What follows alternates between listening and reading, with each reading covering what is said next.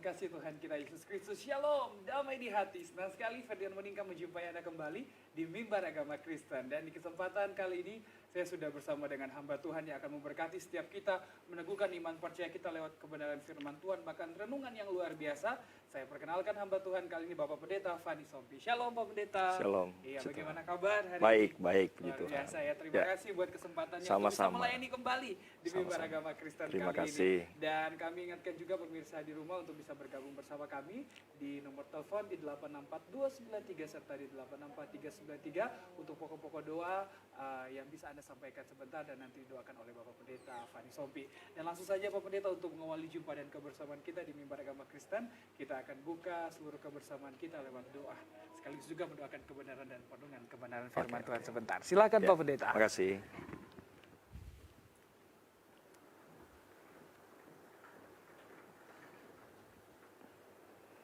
Shalom, damai di hati. Puji Tuhan, para pemirsa di rumah, sebelum kita mulaikan pembacaan kebenaran firman Tuhan dan renungannya, kita akan membuka dengan doa. Mari kita berdoa. Allah pencipta alam semesta, Allah Khalik langit dan bumi, Allah yang kami puji dan sembah dalam nama Yesus Kristus Tuhan dan Juru Selamat kami. Kami datang tersungkur kepadamu. Kami bersyukur dan mengharapkan pertolongan-Mu ya Tuhan. Karena pada kesempatan ini, kami mau merendah, kami mau mendengarkan sabda firman-Mu. Kami mau mendengarkan isi hati-Mu. Izinkan kami mendapatkan pemahaman dan kuasa firman-Mu mengubahkan kehidupan kami, supaya kami selaras dengan maksud panggilan-Mu dan penempatan kami di muka bumi. Untuk itu Bapa, ampuni kami dari segala pelanggaran dan dosa. Karena Engkau Allah yang kudus, tahirkan kami karena kami tidak pernah luput dari salah dan dosa pada tingkat jiwa, tubuh, dan roh. Ampuni kami dengan darah Yesus yang berkuasa itu, supaya kami layak ada dalam persekutuan yang kudus dengan firman-Mu, dengan Engkau Allah Tritunggal. Terima kasih banyak Bapa dalam surga. Ambil alih tempat ini, berikan aku hamba-Mu hikmat, supaya bukan kepikiranku sendiri, tetapi kehendak Tuhan yang tersampaikan kepada umat Tuhan yang Tuhan kasih dan Tuhan cintai. Terima kasih banyak Bapa. Aku tahu Engkau beserta juga dengan pemirsa di rumah, pemirsa yang sedang ikut mendengarkan kebenaran firman Tuhan yang hendak Engkau sampaikan saat ini. Di dalam nama Bapa, Putra, dan Roh Kudus, dalam nama Tuhan Yesus Kristus, kami berdoa dan menyerahkan acara pemberitaan firman Tuhan ke dalam tangan Tuhan.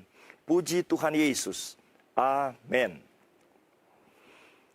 Para pemirsa di rumah yang saya kasihi di dalam nama Yesus Kristus, Tuhan dan Juru Selamat, saat ini izinkan saya membacakan kebenaran firman Tuhan yang bagi saya sebagai hamba Tuhan adalah hal yang sangat penting dalam kehidupan kita. Yang saya ambil pembacaannya di dalam Roma pasal yang ke-10. Roma pasal 10 ayat 13 dan 14. Saya akan bacakan buat kita semua. Sebab barang siapa yang berseru kepada nama Tuhan akan diselamatkan. Tetapi bagaimana mereka dapat berseru kepadanya jika mereka tidak percaya kepada Dia? Bagaimana mereka dapat percaya kepada Dia jika mereka tidak mendengarkan tentang Dia? Bagaimana mereka mendengarkan tentang Dia jika tidak ada yang memberitakannya? Saudara kekasih di dalam nama Tuhan Yesus Kristus, pemirsa di rumah, kebenaran ini memberitahukan hal yang paling penting. Bahkan inti daripada pemberitaan firman Tuhan yang tertulis di dalam kitab suci, bahkan yang harus dialami oleh orang percaya adalah yang akan kita dengarkan saat ini. Ayat 13 berkata begini, sebab barang siapa berseru kepada Tuhan akan diselamatkan. Barang siapa berseru kepada Tuhan akan diselamatkan. Tentunya keselamatan yang dimaksud di sini bukan keselamatan yang seperti kali kita ucapkan selamat jalan, Artinya semoga selamat dalam perjalanan. Selamat sore, semoga selamat dalam sore ini. Tetapi yang dimaksudkan Tuhan tentang keselamatan ini adalah suatu perubahan status dari manusia yang sebenarnya kata Alkitab, dia sudah ada di dalam maut atau api neraka karena pelanggaran satu orang, yaitu Adam. Jadi keselamatan ini bukan keselamatan yang bersifat temporer. Keselamatan yang dimaksud Tuhan ini adalah keselamatan yang kekal buat umat manusia ciptaan Tuhan, buat saudara, buat keluarga saudara, dan buat kita semua. Dan Alkitab memberitahukan rumusannya, bahwa untuk bisa mengalami keselamatan kekal, ketika dunia ini berakhir sebagai orang percaya, kita tahu ada api neraka bagi mereka yang tak terselamatkan oleh Tuhan, dan ada hidup kekal, sorga selama-lamanya. Alkitab berkata kuncinya adalah berseru kepada Tuhan. Nah, saudara kasih dalam Tuhan, mungkin kita berpikir begini, wah Pak Pendeta, saya sudah sering berseru. Seruan bagaimana saudara kasih dalam Tuhan yang harus kita serukan supaya benar-benar konsep keselamatan yang Tuhan maksudkan memindahkan kita dari api neraka ke dalam hidup kekal itu terjadi. Di dalam Matius pasal 7 ayat 21 dikatakan begini. Bukan semua orang yang berseru kepadaku akan diselamatkan. Perhatikan saudara, sepertinya ada kontradiksi antara Roma pasal 10 berseru untuk selamat dan yang dikatakan di dalam Matius 7 ayat 21. Bahkan di Matius 7 ayat 21 diberitahukan dengan jelas, pada waktu penghakiman nanti, banyak orang yang menurut dia telah berseru kepada Tuhan, Tuhan katakan, aku tidak pernah mengenal engkau, pembuat kejahatan. Berarti perlu kita pahami dengan benar, seruan bagaimana yang harus diucapkan oleh seseorang supaya benar-benar dia mengalami status menurut ukuran Allah, berpindah dari maut ke dalam hidup yang kekal. Makanya dalam Roma tadi dikatakan, bagaimana mereka akan berseru kalau tidak diajarkan. Banyak orang Kristen berserunya saudara bukan yang terkait dengan pemindahan status dari api neraka ke dalam hidup kekal. Mungkin dia berseru supaya dapat pasangan hidup, mungkin dia berseru supaya mengalami kesembuhan. Itu seruan-seruan yang baik, tetapi bukanlah itu seruan yang sebenarnya. Karena itu pada waktu yang singkat ini saudara kasih dalam Tuhan, saya berdoa kepada Tuhan, semoga message penting ini menjadi berkat bagi kita yang ada di studio maupun pemirsa yang ada di rumah. Saya sebagai hamba Tuhan mau ajarkan yang benar. Karena tentang seruan atau memberitakan seseorang untuk selamat, itu tidak gampang saudara. Bahkan dikatakan dalam Galatia, malaikat sekalipun, kalau dia memberitakan seruan yang salah, memberitakan Injil yang salah, terkutuklah dia. Makanya hamba Tuhan itu punya tanggung jawab yang tinggi. Karena terlalu banyak orang, ini bukan kesombongan saudara. Terlalu banyak orang yang menganggap dirinya benar, sudah berseru. Tapi Alkitab berkata dalam Amsal, ujung hidupnya adalah neraka. Belum tentu kepikiran kita itu benar. Makanya firman Tuhan harus diajarkan supaya seruan kita itu benar-benar seruan yang mengubah status kita. Dan orang yang berseru dengan benar dan terubah status hidupnya, itu ada tandanya saudara. Ada perubahan hidup, ada indera rohani yang bisa mendengar Tuhan, ada fellowship keintiman bisa terjadi. Jadi orang yang diubahkan Tuhan karena dia berseru dengan benar, ada tanda-tanda yang akan menyertai dia.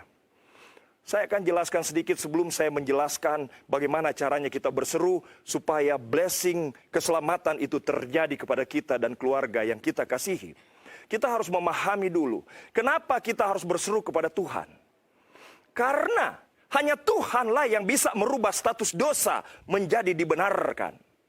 Ini ceritanya begini saudara. Ketika Tuhan menciptakan manusia dan menempatkannya di bumi atau di Taman Eden, saudara kasih dalam Tuhan, disinilah ada suatu kesalahan fatal di sini. Waktu Allah menciptakan manusia pertama Adam dan Hawa, sebelum Adam dan Hawa ini beranak cucu, Allah menghendaki supaya manusia ini paham maksud dan rencana Allah. Allah menciptakan manusia di dunia ini hanya sementara. Diciptakanlah manusia supaya dia menguasai bumi. Atau kalau dalam bahasa kekristenan yang biasa kita dengar, manusia itu akan menyatakan kerajaan Allah di muka bumi. Kerajaan Allah itu damai. Kerajaan Allah itu sukacita. Kerajaan Allah itu tidak sombong. Kerajaan Allah itu menganggap orang lain lebih penting daripada dia. Kerajaan Allah itu bertentangan dengan kerajaan iblis yang ditegakkan. Persaingan, individualisme, materialistis, percabulan, persinahan, persaingan. Kerajaan Allah adalah sifat damai. Itu tujuan Allah menciptakan manusia di muka bumi, supaya menegakkan nilai-nilai kerajaan ini. Apabila kita mampu menerapkan nilai-nilai kerajaan ini dengan cara Allah, mereka lah yang akan mewarisi surga yang kekal. Jadi jangan sampai kita salah melangkah di dunia ini. Kita disibukkan oleh keadaan dunia, kita lupa tentang kekekalan. Saudara kekasih dalam Tuhan Yesus Kristus, karena rencana Allah yang besar melalui manusia di Taman Eden, manusia itu harus diperlengkapi oleh Tuhan. Disinilah kesalahannya. Sebenarnya ketika Tuhan menciptakan manusia menurut rupa dan gambar Allah, itu atributnya. Allah menghendaki dia memakan buah pohon yang ada di tengah-tengah Taman Eden yang namanya pohon kehidupan. Tetapi karena Tuhan tidak mau memaksa, dia menempatkan juga satu pohon lain di tengah, yaitu pengetahuan baik dan jahat. Tetapi Allah menghendaki supaya rencana Allah yang besar terjadi melalui manusia dan keturunannya, manusia seharusnya memakan buah pohon kehidupan. Tetapi iblis mengalihkan, karena iblis ingin menghancurkan rencana Allah. Manusia memakan pengetahuan baik dan jahat. Disitulah Adam dan Hawa berdosa, maut masuk. Dan Alkitab berkata dalam Roma pasal 5, karena dosa Adam, semua manusia masuk dalam dosa keturunan Adam. Makanya dalam Roma pasal 5 dikatakan, satu orang bersalah Adam, maut telah masuk, walaupun kita tidak mau. Walaupun kita tidak sadar. Makanya Alkitab berkata semua manusia sudah berdosa. Bahkan seorang janin yang ada di dalam kandungan ibu saja, menurut definisi Tuhan, sudah berdosa. Inilah yang paling berbahaya. Makanya orang baik, orang saleh apapun juga, tidak mampu menyelamatkan dia dalam konteks Alkitab. Karena dia membawa dosa keturunan. Hanya Allah yang bisa menyelesaikan itu. Dan kita tahu tentang hal itu, dia sedang membicarakan tentang Yesus. Karena ketika Adam dan Hawa jatuh dalam dosa dikalahkan oleh si ular itu, Alkitab berkata, keturunan wanita yang dikalahkan ini, one day akan meremukan kepala si ular itu. Ketika Adam juga jatuh dalam dosa, Tuhan memberikan kebenaran kepada mereka. Ketika mereka tampil dengan jubah atau pakaian yang terbuat dari kulit dan daun, Tuhan menyuruh mengganti pakaian itu. Bukan itu maksud Tuhan. Karena ada pelanggaran, engkau harus menyembelih domba yang tak bercela. Dan engkau gunakan itu sebagai persembahan dan kulitnya digunakan. Ini sebenarnya adalah nubuatan. Karena Allah menyelesaikan manusia tidak bisa tanpa darah. Itu sudah dinubuatkan. Mengapa di dalam agama-agama keturunan Abraham, di dalam sejarah manusia, ada korban yang disembelih? Ini bersifat nubuatan. Menyelesaikan manusia yang sudah mengalami maut dan ada di vonis api neraka karena tidak taat kepada Allah, harus ada darah yang dicurahkan. Tetapi kita tahu bersama, masa dosa manusia yang masuk api neraka cuma mau dibayar dengan seekor domba atau binatang. Karena ini hanya bersifat nubuatan. Dia sedang menubuatkan, harus ada korban yang setimpal. Sementara kalau ambil darah manusia yang suci, tidak ada darah yang berkenan, karena semua adalah keturunan Adam. Ini sebenarnya Allah sedang menubuatkan, one day Allah harus menjadi manusia. Karena menyelesaikan dosa manusia harus ada darah, sementara Allah sendiri tidak ada darah. Allah tidak punya darah, Allah tidak punya daging. Karena pelanggaran terhadap hukum Allah bukan cuma butuh darah, ada daging yang harus disalib, menanggung pelanggaran karena Adam dan yang telah masuk kepada umat manusia. Allah harus bernuzul. Supaya Allah jadi manusia itu manusia bisa percaya. Allah menubuatkannya dengan cara istimewa. Salah satu pertanda adalah Allah yang menjadi manusia itu, kedagingan atau manusianya akan terbentuk atau lahir lewat seorang perawan. Bahkan tempat kelahiran daripada Mesias lewat seorang perawan dikatakan adalah kota kecil Bethlehem. Begitu banyak nubuatan yang harus dibuat. Supaya ketika ada manusia yang utuh luarnya adalah manusia, tetapi sebenarnya dia adalah firman yang hidup, adalah Allah. Allah perlu menubuatkan supaya manusia percaya. Jadi saudara kasih dalam Tuhan, jangan sembarangan berseru. Anda berseru minta berkat, Anda berseru minta kesembuhan, itu bisa Tuhan berikan, tetapi tak terkait dengan keselamatanmu. Seruan yang harus dilakukan oleh orang percaya adalah berseru bahwa dia tahu dia berdosa. Dia berdosa bahkan sejak dalam kandungan ibunya, dia sudah berdosa. Kesadaran ini yang harus dimiliki pertama. Saudara, mohon maaf, kenapa kita lihat lumbung-lumbung Kristen di Indonesia?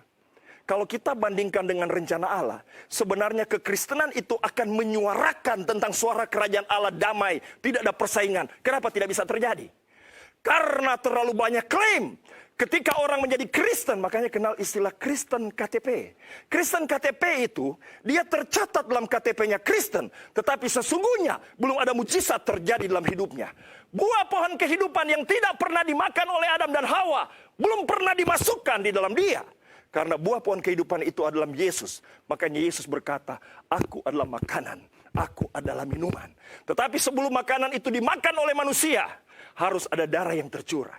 Waktu Adam dan Hawa salah dan tidak memakan pohon pengetahuan baik dan jahat, Tuhan bilang, tutuplah jalan ke pohon itu.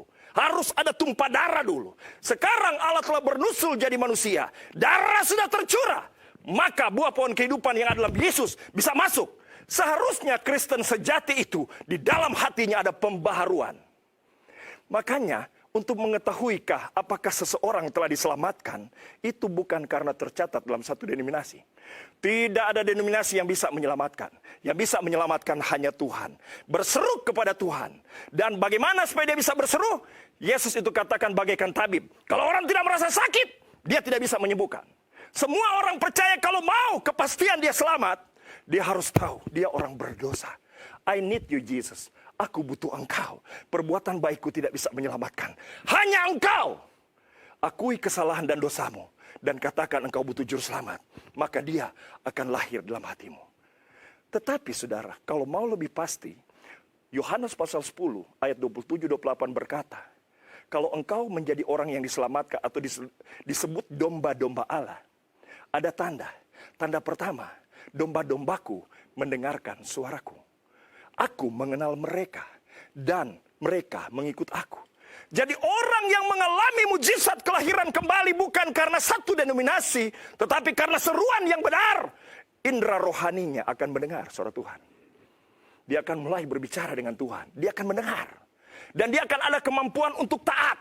Makanya 1 Yohanes pasal 3 ayat 9 berkata, kalau engkau berkata aku anak Allah, namun engkau terus berbuat dosa, engkau bukan anak Allah.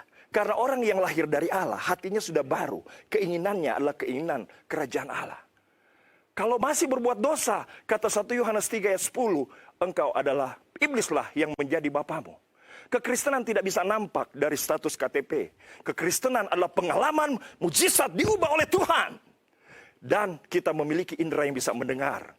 Dan saudara, Tuhan mengenal kita. Artinya, seperti kita mengenal SBY, tapi SBY tidak mengenal kita. Kita mengenal Jokowi, Jokowi tidak mengenal kita. Makanya pertanda orang yang pasti selamat, kata Yohanes adalah Bapa mengenal kita. Ini menggambarkan kita mengenal dia, dia mengenal kita, ada fellowship yang manis. Dan di dalam hidup kita ada penyertaan Tuhan. Saudara kekasih dalam Tuhan, saya tidak perpanjang kebenaran ini. Saya bersyukur atas waktu yang Tuhan sudah berikan. Yang penting saya mau ingatkan kepada kita semua. Janganlah kita menjadi Kristen KTP. Pastikan kita Kristen yang berseru. Karena kita butuh Yesus. Prioritaskan kedua, ketiga, keempat tentang masalah keluarga. Tentang penyakit. Itu urusan gampang. Kejarlah status keselamatanmu. Dan apabila engkau yakin engkau selamat, jangan minta dinilai orang lain. Engkau sendiri akan tahu, karena hati baru akan mulai menuntun. Ketika engkau mulai muncul dosa-dosa yang ada templakan dari hatimu. Memang engkau masih bisa berbuat dosa, tetapi dosa yang disebut indwelling sin, yang diam di dalam daging, dan itu ada kebenaran yang bisa memerdekakannya. Tetapi Anda bisa tahu, misalnya Anda mencuri lagi. Anda tanyakanlah hatimu. Biasanya kalau orang sudah lahir baru, ketika dia melakukan dosa lama seperti mencuri, hatinya tertuduh, tidak bisa tidur nyenyak. Tetapi kalau orang yang mengaku Kristen, dia mencuri dan dia berniat lagi mencuri, itu yang disebut berkubang. Itu tanda tanya besar. Karena tidak mungkin orang yang menerima benih kelahiran kembali, diselamatkan oleh Tuhan dengan cara Tuhan, hidup berkubang di dalam dosa.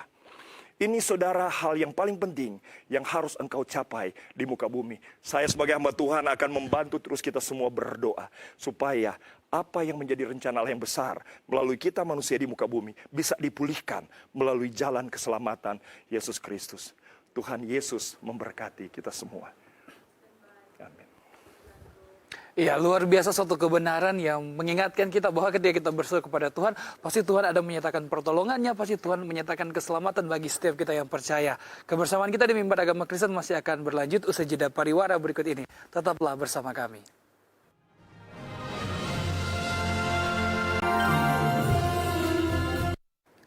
Iya, terima kasih Anda masih bersama kami di Mimbar Agama Kristen, masih juga dengan hamba Tuhan Bapak Pendeta Fani Sompi, dan juga di bawah sorotan tema mengenai barang siapa berseru kepada Tuhan akan diselamatkan. Dan kali ini kami juga mengingatkan Anda untuk bisa bergabung bersama kami di nomor telepon di 864293 serta di 864393 tentunya. Baik, sambil menunggu Anda bergabung bersama kami, kita bincang-bincang dulu dengan Pak Pendeta Fani Sompi. Nah, sesuai dengan sorotan tema nih Pak Pendeta, barang siapa berseru kepada Tuhan, ia akan diselamatkan. Saya ingin bawahi mengenai yang namanya berseru. Nah, sebagai seorang Kristen jangan sampai kita salah kaprah nih Pak Pendeta untuk kata berseru ini. Mungkin sebagai seorang hamba Tuhan, apa sih pandangan Pak Pendeta tentang kata berseru ini? Dalam konteks seperti apa gitu Pak Pendeta? Jadi berseru ini begini. Jadi kalau kita gambarkan Allah atau Yesus itu sebagai dokter, tentu seruan yang harus dia lakukan adalah tentang fakta apa yang dialami tentang penyakit. Dalam hal ini, dia harus mengakui bahwa dia berdosa. Ini pertama. Ketika dia tidak merasa berdosa, disitulah Yesus tidak akan masuk dan menolong dia. Yesus hanya datang kepada orang yang berdosa. Nah, kadang-kadang orang mengatakan ukuran dosa itu misalnya mencuri, judi, Carlota, gitu. Sedangkan Alkitab bilang bukan demikian. Dosa yang dimaksud oleh Alkitab, semua orang sudah berdosa adalah dosa keturunan. Baik. Dosa Adam yang telah masuk kepada semua. Makanya kenapa dikatakan oleh Alkitab, masih dalam kandungan ibu kita saja, kita belum Carlota, belum kaki panjang, belum mata keranjang, sudah berdosa. Karena yang dimaksudkan. Nah, ini yang kadang-kadang harus diperjelas. Karena ada orang kalau dia merasa dia baik, dia sudah punya jabatan, dia suka memberi, dia pikir itu mampu menyelesaikan. Perbuatan baik kita tidak bisa menyelamatkan. Jadi yang dimaksud berseru adalah mengakui aku berdosa. Dan yang bisa menyelesaikan aku bukan perubahanku, tetapi engkau. Darahmu itu yang harus mentahirkan aku. Itu seruan yang paling penting. Luar biasa ya. Jadi memang betul-betul kita kalau bicara soal yang namanya berseru, memang betul-betul mengakui apa yang menjadi kesalahan, menjadi dosa yang sudah kita perbuat ya kan. Dalam konteks seperti itu, apalagi dalam dosa keturunan. Nah, Pak Pendeta, kalau bicara lagi yang namanya keselamatan nih. Tapi dalam kehidupan ini apakah Tuhan juga melihat tentang yang namanya dosa? Orang yang berdosa apakah punya kesempatan untuk diselamatkan atau seperti apa Pak Pendeta? Nah, begini. Justru untuk mengembalikan rencana Allah sebelum dunia dijadikan menempatkan manusia di muka bumi. Justru Allah harus menyelamatkan orang berdosa. Betul. Kalau tidak, rencana Allah tidak akan terjadi. Begitu. Jadi program penyelamatan itu sudah dinyatakan ketika Adam dan Hawa jatuh dalam dosa. Keturunanmu. Jadi dia sudah menubuatkan tentang darah, tentang ada manusia, tapi sebenarnya dia Allah untuk melakukan karya keselamatan itu. Jadi kesempatannya memang justru terbuka sekali. Betul. Yang penting kita meresponi dengan kita mengaku. Dan kita harus mengakui yang satu lagi selain mengakui keberadaan kita. Kita harus mengakui bahwa solusi Allah jadi manusia, mati di kayu salib, itu adalah solusi penyelamatan bagi kita. Betul. Kita harus akui bahwa Yesus mati di kayu salib bukan karena kesalahannya, itu penting. Dan satu lagi yang paling penting, kita harus akui Yesus itu sudah ada sebelum dunia dijadikan. Dia adalah Allah yang menjadi manusia.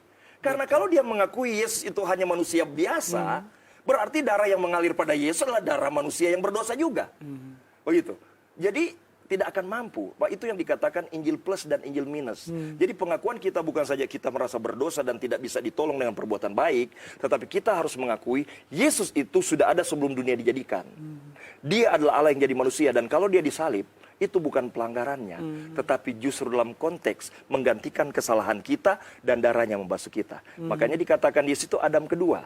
Adam pertama telah menyebabkan dosa masuk walaupun kita tidak mau. Betul. Adam kedua Yesus Kristus, dia taat kebenaran Allah dan dia membenarkan semua orang yang percaya. Wow, Gitu, jadi ini. seperti itulah ya kan Itu sikap sebenarnya. kita yang harus kita lakukan Benar. sebenarnya di hadapan Ya, Tuhan. puji Tuhan. Nah Pak Pendeta, kalau bicara juga mengenai sikap perilaku orang Kristen nih Pak Pendeta, kadang-kala setiap orang tuh berbeda-beda nih. Ya. Kadang-kala berseru hanya ketika kita butuh, hanya ketika kita kepepet, hanya ketika kita menghadapi yang namanya Ya. pergumulan, baru kita datang dan berseru kepada Tuhan. Nah sikap orang Kristen seperti ini atau contoh orang Kristen seperti ini bagaimana sih Pak Pendeta? Sesuai dengan Ya. pengamatan Pak Pendeta Oke, ya. oke. Oke. Silakan Pak Itu Pendeta. sebenarnya tidak salah. Tetapi kalau kita memahami firman Tuhan, seharusnya kita mengutamakan dulu perubahan status kita.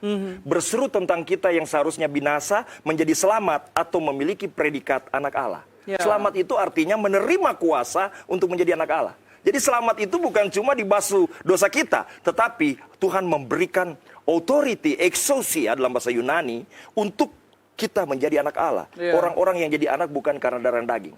Itu yang paling penting.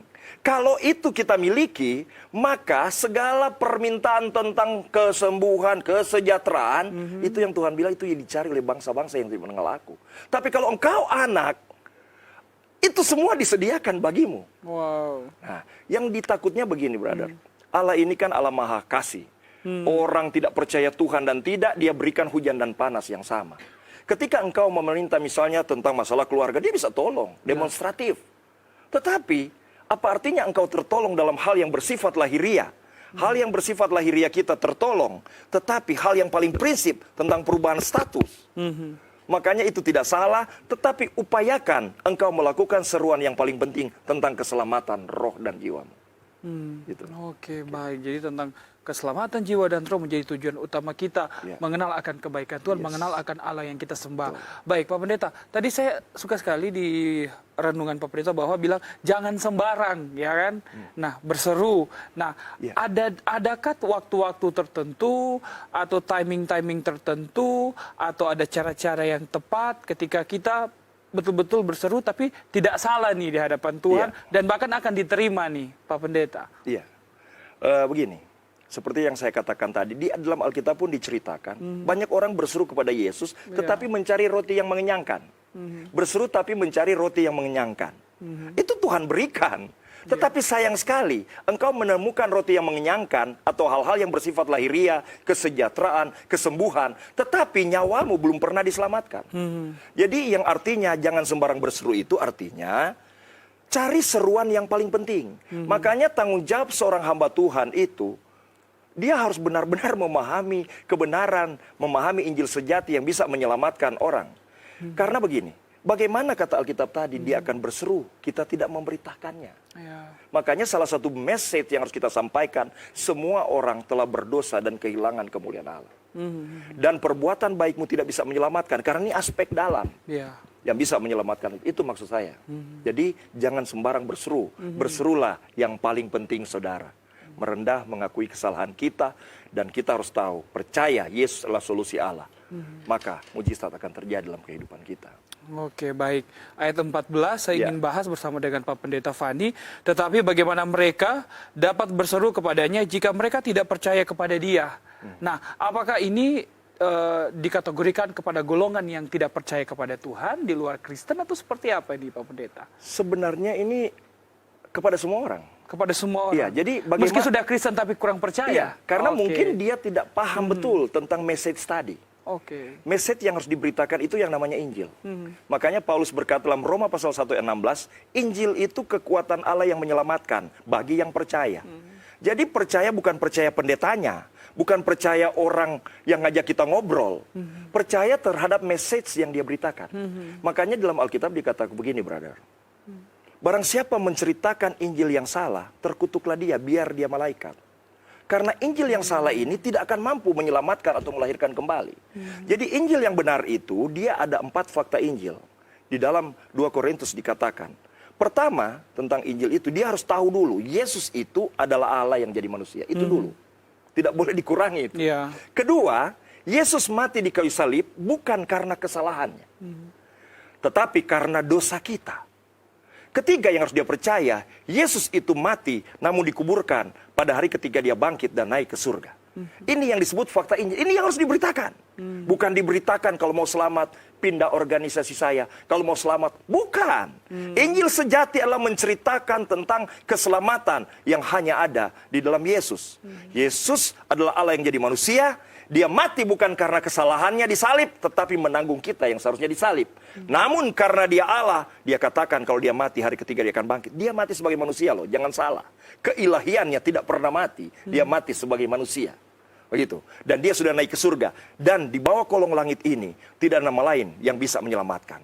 Apabila kita percaya terhadap Injil ini, itulah yang akan ada kekuatan yang terjadi dalam kita. Kita menerima, kalau dalam bahasa Yunani, exousia, authority, menjadi anak Allah. Hati lama diganti hati baru. Ada sesuatu yang akan terpancar dari orang yang benar-benar telah menerima keselamatan dengan jalan Allah. Wow, keselamatan dengan jalan Allah. Yes. Selanjutnya nih Pak Pendeta, bagaimana mereka yang dapat percaya kepada dia jika mereka tidak mendengar tentang dia? Iya. Maksud dari konteks ini apa sih, pesan apa yang mau disampaikan tentang kebenaran ini di ayat 14? Iya. Yang diceritakan begini, gereja itu setelah dia memahami tentang kasih karunia Allah dan Injil, untuk dia menolong orang lain, nggak bisa dia cuma berdoa tolong mereka. Kirimlah berita Injili. Kalau menolong mereka adalah pergilah, beritakanlah Injil. Tetapi bukan Injil denominasi, tetapi Injil sejati. Injil yang benar, begitu. Jadi begitu. Jadi harus ada yang kita utus, dan orang yang kita utus harus kita benar-benar ajar dan latih. Supaya dia jangan salah di dalam memberitakan Injil yang menyelamatkan itu. Iya, Itu message-nya. Ya. Jadi memang betul-betul ketika diberitakan kebenaran itu tersampaikan lah ya kan apa yang menjadi maksud dan tujuan. Iya, dampaknya kepada iman jemaat, kekristenan, ya, dan lain sebagainya. Baik, menarik sekali Pak Pendeta, namun kita harus tahan dulu sampai di situ dan kita akan kembali usai jeda pariwara berikut ini. Tetap bersama kami di Mimbar Agama Kristen.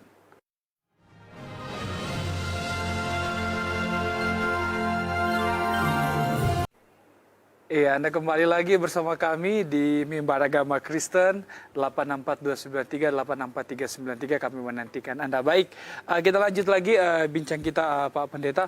Kalau bicara soal orang yang lahir baru dari kesalahan untuk mendapat namanya keselamatan yang kekal dari Allah, apa sih yang perlu dilakukan seorang hamba Tuhan untuk membuat dia berubah menjadi lebih baik sehingga keselamatan itu menjadi jaminan kekal bagi dirinya? Pak Pendeta Fani. Itulah metode yang Tuhan mau tunjukkan, jalan untuk menolong manusia selamat itu adalah jalan Injil atau anugerah. Injil, Karena sebelum Injil dinyatakan di muka bumi, untuk merubah kelakuan manusia, Allah mencoba menurunkan aturan-aturan seperti Taurat. Jangan begini, jangan begini. Ternyata tidak mampu. Walaupun hukum ini dimaui oleh seseorang, tetapi di dalam dia benihnya belum dirubah, benih iblis karena dosa keturunan belum diubah. Dia tidak mampu, walaupun ada ganjaran penjara sekalipun dia tidak akan mampu. Nah, makanya Tuhan bilang cara merubah adalah hukum yang tertulis tadi harus tertanam di hati. Tertanam di hati itu artinya keselamatan, lahir baru. Jadi kalau kita ingin merubah misalnya jemaat, merubah satu daerah, bukan kita takut-takuti. Justru kita ajarkan dia mengaku dia berdosa dan butuh Yesus. Karena ketika Yesus datang, Yesus itu bukan cuma menjadi pelayan dosa dong. Bukan cuma datang membasuh darah, orang berdosa lagi basuh. Bukan. Tetapi ketika dia basuh dosa kita, hati lama kita diubah. Hati baru itulah yang disebut hukum yang terpatri dalam hati.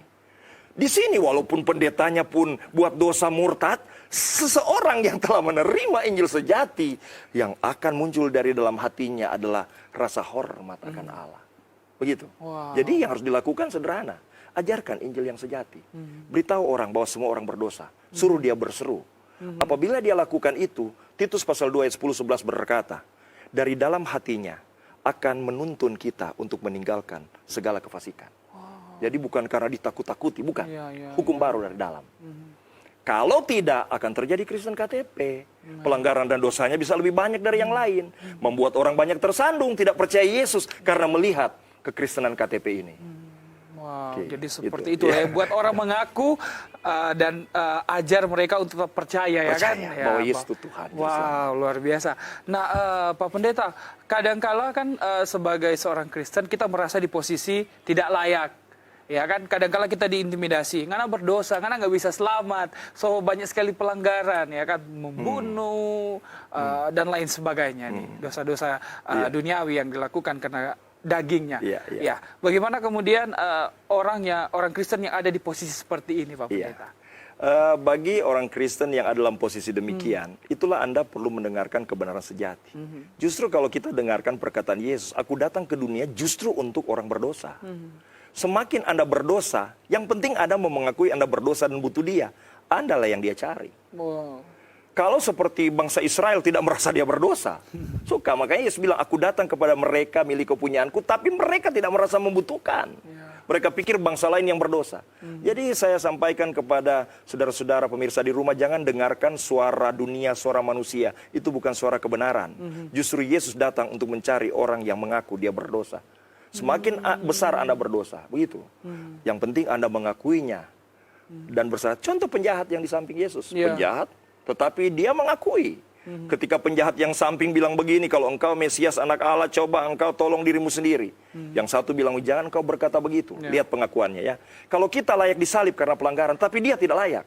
Ini suatu pengakuan bahwa dia adalah Allah yang jadi manusia. Apabila engkau datang kembali Mesias, tolonglah aku. Yesus bilang, detik ini juga engkau bersama aku di Firdaus. Wow, luar begitu. biasa. Jadi bukan besar kecilnya dosa. Darahnya sangat berkuasa dan mampu, asalkan kita menerima dengan iman atau membutuhkan dia. Oke, baik, siap. Nah, Pak Pendeta, kadang-kala kalau bicara orang yang sudah memiliki status kerohanian, seperti hamba Tuhan, bisa saja ada jemaat yang kemudian rasa malu untuk mengakui nih Pak Pendeta. Misalnya mengaku dosanya, konseling kan, takut dosa ini terlalu hebat, terlalu membuat gempar dan lain sebagainya. Kadang-kala kita ada di posisi tidak mau mengakui. Dan ada di posisi juga kadang-kala kita sudah bersalah nih, posisi kita merasa kita benar nih. Ya, dengan sikap keegoisan seperti itu, bagaimana kemudian Alkitab melihat cara hidup orang Kristen seperti ini? Pak Pendeta Fani. Ini harus saya berikan gambaran dulu. Di dalam kekristenan ada istilah bertobat. Bertobat itu ada disebut pertobatan prinsip, cara berpikir, dan pertobatan tabiat. Yang menyebabkan Tuhan datang menolong kita, bukan pengakuan kita terhadap pertobatan tabiat. Tetapi pengakuan kita terhadap dosa keturunan.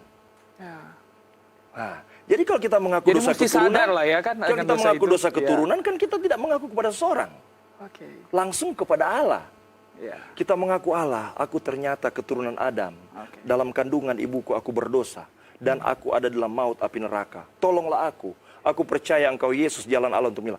Ini yang disebut pertobatan prinsip. Pertobatan prinsip itu artinya dari pikiran yang dia pikir dia bisa selamat karena perbuatan. Sekarang setelah dengar Injil dia tahu karya Yesus yang bisa menyelamatkan dia. Itu cara berpikir. Ketika dia bertobat itu terjadi mujizat. Nanti brother, ketika dia menerima mujizat, kata Titus pasal 2 ayat 10-11, dari dalam hatinya akan menuntun dia meninggalkan tabiat-tabiat tadi. Jadi tabiat tadi yang begitu. Akan ada kemampuan dari dalam, akan ada kemampuan dari dalam. Nanti kalau kita mengaku hamba Tuhan atau siapapun juga, itu kalau menyangkut kita merugikan oknum. Saya merugikan saudara, saya pernah mencuri, saya harus ngaku kepada Tuhan dan kepada sorry brother, saya baru curi ayammu. Begitu. Karena Tuhan mengajarkan kita harus bereskan dengan Allah dan bereskan terhadap sesama. Tetapi tentang keselamatan tadi, ini pengakuan kita dengan Allah. Tidak pakai perantara.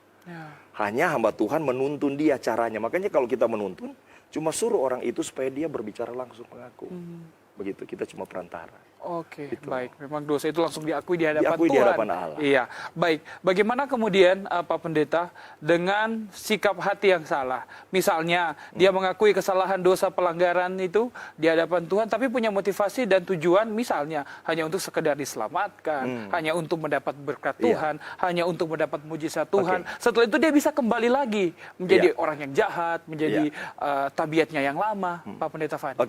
Jadi pemirsa di rumah ya, apabila, makanya saya katakan tadi, yang bisa tahu persis Anda itu sudah selamat diperbarui oleh Tuhan adalah Anda sendiri.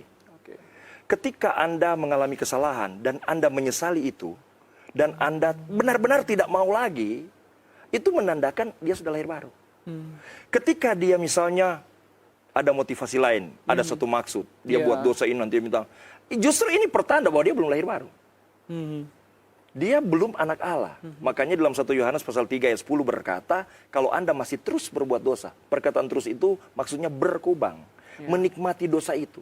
Kalau orang lain, orang Kristen lain kan bukan berarti tidak bisa berbuat dosa. Bisa, tetapi ketika dia dalam dosa, dia tertemplaklah, dia bertobat dan mengakui.